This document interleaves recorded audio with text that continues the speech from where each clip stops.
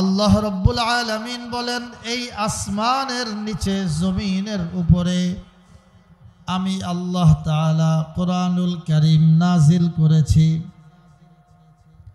আল্লাহ বলেন, ইন্না নাহনু নাযালনা যিকরা, আমি আল্লাহ এই জমিনের মধ্যে কোরআনুল কারীম নাজিল করেছি।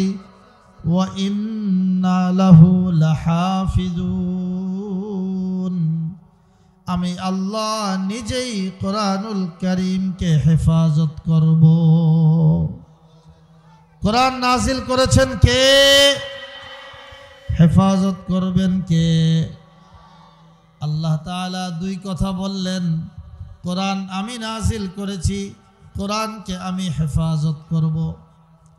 আল্লাহ তাআলা কোরআন কিভাবে হেফাজত করবেন এই ব্যাখ্যায় মুফাসসিরিনে কেরাম লিখেছেন, কোরআনুল কারীমের শব্দগুলো আল্লাহ তাআলা আপনার আমার সন্তান যারা হাফেজ হয়, আজকে যারা পাগড়ি পাবে, হাফেজে কোরআনদের মাধ্যমে আল্লাহ তাআলা কোরআনের শব্দগুলোকে হেফাজত করেন।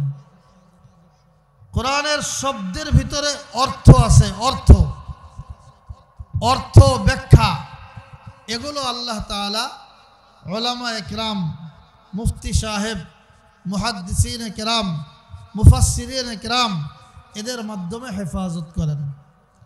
কোরআনের শব্দ অর্থের ভিতরে মর্ম আছে, রহস্য, এগুলোকে আল্লাহ তাআলা হক্কানি বুজুর্গানে কেরাম, আল্লাহর ওলি, পীরে কামেল, হক্কানি আল্লাহর ওলিদের মাধ্যমে আল্লাহ তাআলা এই কোরআনুল কারীমের রুমুজকে আল্লাহ হেফাজত করেন। তাহলে আমি আপনাদেরকে সহজে একটু বোঝানোর চেষ্টা করি। একটা দেশের দায়িত্ব যখন কোনো সরকার নেয়, ওই দেশের সীমানা, ওই দেশের আকাশপথ, ওই দেশের স্থলভাগ, ওই দেশের নদী অঞ্চল সবগুলো হেফাজতের দায়িত্ব সরকার নিয়ে নেয়। কথা ঠিক না বেঠিক? দেশের যিনি দায়িত্বশীল, যিনি সরকার, যারা সরকার, যিনি প্রধানমন্ত্রী, তিনি এই দেশের মানচিত্র, এই দেশের সীমানা, এই সবগুলো হেফাজতের মূল জিম্মাদার। কথা ঠিক না বেঠিক? এখন আমি আপনাদেরকে জিজ্ঞাসা করি, নদী পথে কোনো শত্রু আসলে প্রধানমন্ত্রী নিজে গিয়া শত্রুর মোকাবেলা করে নাকি নৌবাহিনী দিয়ে মোকাবেলা করে? আকাশ পথে কোনো শত্রু আসলে প্রধানমন্ত্রী নিজে আকাশের শত্রুর মোকাবেলা করে নাকি বিমান বাহিনী দিয়ে মোকাবেলা করে? এরপরে স্থলভাগে আশেপাশের অঞ্চল থেকে, বাহির থেকে কোনো শত্রু আসতে চাইলে প্রধানমন্ত্রী নিজে সামনে গিয়ে হেফাজত করে না, বরং সেনাবাহিনীর মাধ্যমে শত্রুদেরকে মোকাবেলা করে। কথা ঠিক না বেঠিক? তাহলে আমরা বুঝলাম, একটা দেশের আকাশপথ হেফাজতের জন্য সরকার বিমান বাহিনী ব্যবহার করে, নদীপথ হেফাজতের জন্য নৌবাহিনী ব্যবহার করে, জমিন স্থলভাগ হেফাজতের জন্য সরকার সেনাবাহিনী ব্যবহার করে। আবার দেশের ভিতরে পারস্পরিক গোলযোগ, মারামারি, দাঙ্গা হাঙ্গামা ইত্যাদি থেকে মানুষকে নিয়ন্ত্রণের জন্য সরকার পুলিশ বাহিনী ব্যবহার করে। কথা ঠিক না বেঠিক? তাহলে বিমান বাহিনী যা করে এটাও সরকারের কাজ, নৌবাহিনী যা করে এটাও সরকারের কাজ, পুলিশ বাহিনী যা করে এটাও সরকারের কাজ, যত বাহিনী যেই কাজগুলো করে এটাও সরকারের কাজ। যেহেতু এই বাহিনীগুলো সরকারের হয়ে কাজগুলো করে, এজন্য এই বাহিনীর খাবারের দায়িত্ব কার? আপনারা বুঝেন কথা? এই বাহিনীর খাবার কে দেয়? সরকার। কথা বুঝেন? খাবার কে দেয়? রেশন দেয় কে? এই বাহিনীর কেউ অসুস্থ হইলে, এই সমস্ত বাহিনীর কেউ অসুস্থ হইলে এর চিকিৎসা সরকারিভাবে করা হয়। কথা ঠিক না বেঠিক? এই বাহিনীর লোকদের বাচ্চা কাচ্চা, বিবি, এদের থাকার জন্য সরকার বাড়ি দিয়ে দেয়। কথা ঠিক না বেঠিক? তাহলে কেউ যখন সরকারের বাহিনী হয়, তার খাবারের দায়িত্ব সরকারের, তার পোশাকের দায়িত্ব সরকারের, তার চিকিৎসার দায়িত্ব সরকারের, তার থাকার দায়িত্ব সরকারের। এবার আপনারা বলেন তো, আপনার আমার সন্তান সে যদি আল্লাহর কোরআন হেফাজতের সৈনিক হয়, আল্লাহর এই বাহিনীর সদস্য হয়ে যায়, তাহলে এই সন্তান, আপনার ছেলে, আপনার মেয়ে যে কোরআন পড়বে, কোরআনের হাফেজ হবে, এর মাধ্যমে আল্লাহর সৈনিক হবে, এর খাবারের দায়িত্ব কার? ওর পোশাকের দায়িত্ব কার? ওকে হেফাজতের দায়িত্ব কার? ওর ঘর বাড়ি দেওয়ার দায়িত্ব কার? এই জন্যই যারা কোরআন পড়ে, যারা হাফেজ হয়, যারা আলেম হয়, যারা মুফতি হয়, যারা মুহাদ্দিস হয়, তাদেরকে আল্লাহ তাআলা প্রত্যেক দিন আপনার মতো আল্লাহর প্রিয় বান্দাদের, প্রত্যেক দিন আপনার মতো আল্লাহর প্রিয় বান্দাদের, যাদের পকেটে টাকা আছে, যাদের পকেটে পয়সা আছে, তাদের মনের পছন্দের সবচেয়ে উত্তম খাবার আল্লাহ ওলামা ইকরামকে খাওয়ায়। কথা ঠিক না বেঠিক? একজন ইমাম সাহেবের খানা যখন মাসে একদিন আপনার বাসায় পড়ে, আপনি যদি রিক্সাওয়ালাও হন, ভ্যান চালকও হন, গরিবও হন, সে চিন্তা করে মাসে একদিন হুজুরের খেদমতের সুযোগ পাইছি, আমি আমার সাধ্য অনুযায়ী সবচেয়ে ভালো বাজারটা করব। কথা ঠিক না ঠিক? তাহলে আপনি ভালো খাবারটা যাকে খাওয়াচ্ছেন সে একজন কোরআনের হাফেজ। এই হুজুরকে, এই ইমাম সাহেবকে এই যে খাবার, ভালো খাবার দেওয়ার জন্য আপনার দিলের মধ্যে আলেমের মোহাব্বত সৃষ্টি করেছেন কে? কেন সৃষ্টি করেছেন? কোরআনের কারণে। কিসের কারণে? কোরআনের কারণে। আপনারা সমাজে হয়তো একটা কথা শুনবেন, শুনছেন কিনা আমি জানি না, আপনারা আমাকে বলেন তো এই কথাটা শুনছেন কিনা। কিছু মানুষ বলে না যে হুজুররা পরের বাড়ি খাইতে খাইতে পেটটা বড় হয়ে গেছে? বলে, এটা বলে? কে কে শুনছেন হাত উঠান। মাশাআল্লাহ, হাত নামান। এই যে কথাটা বলে, পরের বাড়ি খাইতে খাইতে হুজুরকে পেটটা মোটা হয়ে গেছে, কথাটা কি সত্য না মিথ্যা? আপনারা বলেন সত্য না মিথ্যা?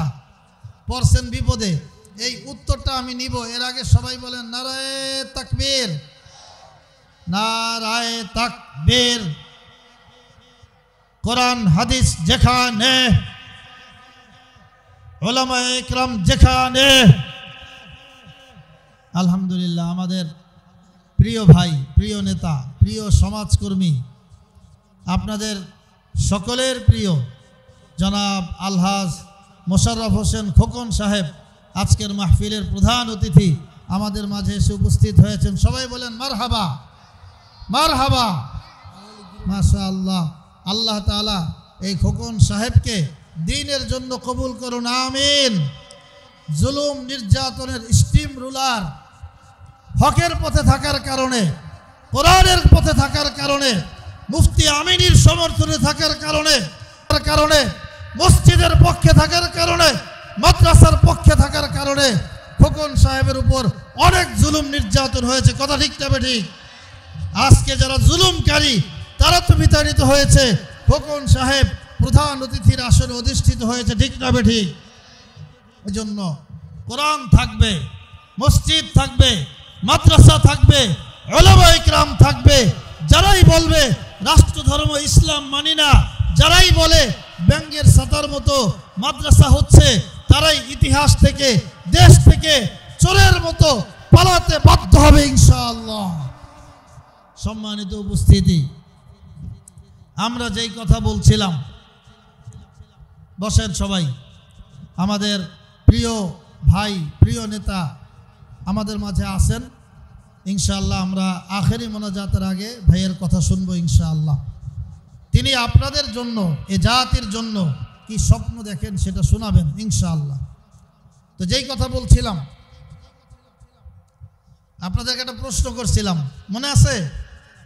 এই যে মানুষ যে বলে যে হুজুররা পরের বাড়ি খাইতে খাইতে পেটটা মোটা হয়ে যায়, বলেন এই কথা সত্য না মিথ্যা? হ্যাঁ, সত্য না? হ্যাঁ, আমরাও বলি সত্য, মিথ্যা না, সত্য। আসলেই তো আপনি চিন্তা করেন আমাদেরকে আপনারা কি পরিমাণ খাওয়ান। এই যে বিভিন্ন মাহফিলে আমরা যাই, আমার আগে এই মাদ্রাসার মুহতামিম মুফতি দিলওয়ার হোসেন আশরাফি সাহেব অনেক বড় আলেম, অনেক বড় বক্তা, অনেক বড় মুফাসসির, এই পুরান ঢাকায় 4-5টা মসজিদে হুজুর তাফসির করেন। আমরা যখন কোনো এলাকায় যাই, যেই এলাকায় যাই ওই এলাকার একটা বাড়ির কোনো একজন মানুষ সে মেহমান হিসাবে হুজুরকে তার নিজের বাসায় উঠায়, সে 4-5 পদের ভর্তা, 5-6 পদের মাছ, কয়েক পদের গোশত, এরপরে পিঠা, এরপরে বিভিন্ন সামগ্রী কষ্ট করে রান্না করে। আমরা যদি বলি যে ভাই ডাক্তার তো এত খাইতে নিষেধ করছে, সে বলে হুজুর অনেক কষ্ট করে আপনি আসবেন, এজন্য বাজারে ভালো মাছটা কিনছি, হুজুর ভালো গোশত আনছি, হুজুর আপনার ভাবি অনেক কষ্ট করে আজকে রান্না করছে, হুজুর একটু নেন। একটু একটু করতে করতে প্রত্যেক দিন আমাদেরকে বেশি করে খাওয়াইতে খাওয়াইতে পেটটা মোটা বানা দেয়। কথা ঠিক না বেঠিক? এই যে খাবার, সবার প্রিয় খাবার, এটা আমি আমার যোগ্যতার কারণে খাই না, বরং আল্লাহ তাআলা কোরআনের বরকতে আমাদেরকে খাওয়ান। যেই মানুষগুলো আমাদেরকে বলে যে পরের বাড়ি খাইতে খাইতে পেটটা মোটা হয়ে যায়, ওদেরকেই যখন আমরা বলি যে ভাই আপনার ছেলেটা মাদ্রাসায় দেন, সে জবাব দেয় হুজুর হইলে খাবে কি করে। বলে কি না? কিছু মানুষ আছে না, চিন্তা করে হুজুর হইলে খাবে কি করে। ওই বলদগুলিরে বোঝানো দরকার, বেটা হুজুর হইলে নিজের পকেটের টাকা দিয়েও খাওয়া লাগে না, পকেটের টাকা পকেটেই থাকে, আর মানুষ দাওয়াত দিয়ে খাওয়ায়, আবার উল্টা হাদিয়াও দেয়। কথা ঠিক না বেঠিক? এজন্য হুজুর যদি আপনার সন্তান হতে পারে, এই দুনিয়ায়ও লাভ। হয়তো ওই ফেসিবাদের দোসর থাকলে কিছুদিন আপনার জেলের ভয়, জুলুমের ভয়, এইগুলি ভয় দেখাবে, কিন্তু খোকন ভাইরা যদি পাশে থাকে ইনশাআল্লাহ কোনো জালেম ওলামায়ে কেরামের কোনো ক্ষতি করতে পারবে না ইনশাআল্লাহ। কি বলেন? আপনারা খোকন ভাইয়ের সাথে আছেন? কে কে আছেন হাত ওঠান। মাশাআল্লাহ, নারায়ে তাকবীর। খোকন ভাই যেখানে, মাশাআল্লাহ।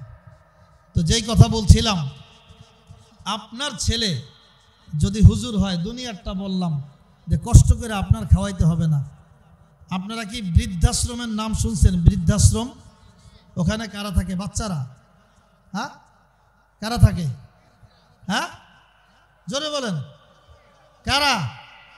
যুবকরা, নারীরা, কারা? বুড়ারা, বয়স্ক লোক। বয়স্ক লোক থাকে, তাই না? ওখানে গিয়ে কি জন্য যায়? কি জন্য যায়? এজন্য যায় বৃদ্ধ বয়সে তাকে দেখাশোনা, যেটা তার ছেলেদের দায়িত্ব ছিল, ছেলেরা সন্তানরা ঠিকমতো দেখাশোনা করে না, তখন সরকার অথবা কোনো সংস্থা এই বৃদ্ধ বাবাদেরকে সহযোগিতার জন্য খেদমত করে। এটার নাম হইল বৃদ্ধাশ্রম। এই বৃদ্ধাশ্রম ঢাকা শহরেও আছে, আগারগাঁও বৃদ্ধাশ্রম আছে। আপনি একটু বৃদ্ধাশ্রমগুলো খুঁজে আসেন, আগামীকালকে যান, পরশুদিন যান, অনেক মানুষ পাইবেন। ওখানে গিয়া দেখবেন অনেকের বাবা আছে, ডাক্তারের বাবা আছে, ইঞ্জিনিয়ারের বাবা আছে, ব্যবসায়ীর বাবা আছে, চাকরিজীবীর বাবা আছে। আল্লাহর রহমতে খোদার কসম করে বলি, কোনো হাফেজ আলেমের বাবাকে আপনি বৃদ্ধাশ্রমে খুঁজে পাবেন না ইনশাআল্লাহ। কেন? কারণ কি? কারণ হাফেজ জানে, আলেম জানে, যে কোরআন পড়ে সে জানে যে আমার জীবনের বিনিময়ে হলেও, আমার শরীরের রক্ত বিক্রি করে হলেও, আমার শরীরের কিডনি বিক্রি করে হলেও আমি আমার বাবা মায়ের খেদমত করব। যতদিন বাবা মা আছে, বাবা মা আমার খেদমত ছাড়া অন্য জায়গায় যাবে, এটা কোনো হাফেজ, কোনো আলেম, কোনো মুফতি, কোনো মুহাদ্দিস সন্তান এটা সহ্য করতে পারে না। কথা ঠিক না বেঠিক? আপনার সন্তানকে যদি হাফেজ বানাইতে পারেন, আলেম বানাইতে পারেন, ইনশাআল্লাহ আপনি নিশ্চিত থাকেন বৃদ্ধ বয়সে আপনার বৃদ্ধাশ্রমে যেতে হবে না। আপনার সন্তান আপনাকে এত খেদমত করবে, আল্লাহর নবীর হাদিস সে পড়বে। নবী বলেছেন, আল জান্নাতু তাহতা আকদামিল উম্মাহাত, মায়ের পায়ের নিচে সন্তানের জান্নাত।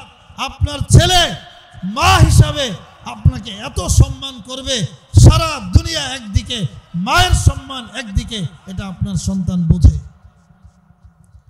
আপনার সন্তান যদি আলেম হয়, হাফেজ হয়, আল্লাহর নবী বলেছেন রিদর রব্বি ফি রিদল ওয়ালিদ ওয়া সাখাতুর রব্বি ফি সাখাতিল ওয়ালিদ। বাবা খুশি তো আল্লাহ খুশি, বাবা খুশি তো আল্লাহ খুশি। আপনার সন্তান আল্লাহকে খুশি করতে গিয়ে, আল্লাহকে খুশি করার জন্য আপনি বাবাকে সব সময় খুশি রাখবে, বাবার সাথে কখনো বেয়াদবি করবে না। যদি সন্তানের সিনার মধ্যে কোরআনুল কারীমের নূর ঢুকে, আপনাদের এই সন্তানদেরকে সিনার মধ্যে কোরআনের নূর ঢুকানোর জন্য এই অঞ্চলে ইতিহাসে অমর হয়ে আছেন হাফিজ জি হুজুর রহমতুল্লাহি আলাইহি। তিনি এই পুরান ঢাকা, এই লালবাগ, এই হাজারীবাগ, এই কামরাঙ্গীর চর, গোটা ঢাকাই শুধু নয়, গোটা বাংলাদেশে কোরআনী মক্তব প্রতিষ্ঠা করে এই আপনাদের সন্তানগুলোকে সিনার মধ্যে কোরআনের নূর দিয়ে এই অঞ্চলের বাবাদেরকে বৃদ্ধাশ্রমে যাওয়া থেকে তিনি হেফাজত করে গেছেন। কথা ঠিক না বেঠিক? আমি আপনাদেরকে বলতে চাই, হাফিজ জি হুজুরের আদর্শের সৈনিক, হাফিজ জি হুজুরের হাতে গড়া শাগরিদের শাগরিদ, এই মাদ্রাসার মুহতামিম মুফতি দেলাওয়ার হোসেন আশরাফি হাফিজাহুল্লাহ, হাফিজ জি হুজুরের সেই আদর্শ, হাফিজ জি হুজুরের সেই নীতি, হাফিজ জি হুজুরের সেই চেতনা হৃদয়ের মধ্যে লালন করে নবী পাক মুহাম্মদুর রাসূলুল্লাহ সাল্লাল্লাহু আলাইহি ওয়াসাল্লাম মদিনার মসজিদে দারুল আরকাম নামে যেই কোরআনী মক্তব কায়েম করেছিলেন, সেই নামেই এই শহীদনগর অঞ্চলে কোরআনী মক্তব কায়েম করেছেন।